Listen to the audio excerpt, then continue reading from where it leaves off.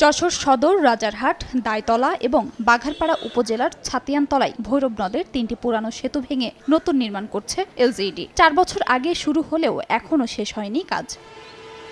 জেলার ৫টি নদীতে আরও ৫টি সেতুরও একই দশা। নির্মাণাধীন সেতুর পাশ দিয়ে বাঁশের সাঁকো তৈরি করে ঝুঁকি নিয়ে নদী পার হচ্ছেন এলাকাবাসী। প্রায়ই ঘটছে দুর্ঘটনা। ৩-৪ বছর এই কাজটা শুরু হয়েছে, কিন্তু ২-৩ দফা বন্ধ থাকার পরে আবার চালু হয়, আবার বন্ধ হয়। আমরা খুব কষ্টে আছি। ৩০-৪০ হাজার লোক এই ব্রিজ দিয়ে যাতায়াত করে। রাজারহাট থেকে আফরা পর্যন্ত ৮টা ব্রিজের কাজই অফ আছে। এলজিইডি বলছে সেতুর উচ্চতা বৃদ্ধি নিয়ে উচ্চ আদালতে মামলা চলমান। ৮টা ব্রিজের উপরে হাইকোর্টের নিষেধাজ্ঞা, অনুভূমিক এবং উলম্ব ভার্টিক্যাল ক্লিয়ারেন্স বা নেভিগেশনের কারণে হাইকোর্টের একটা মামলা আছে। এই মামলার কারণে এই কাজগুলো আপাতত বন্ধ আছে।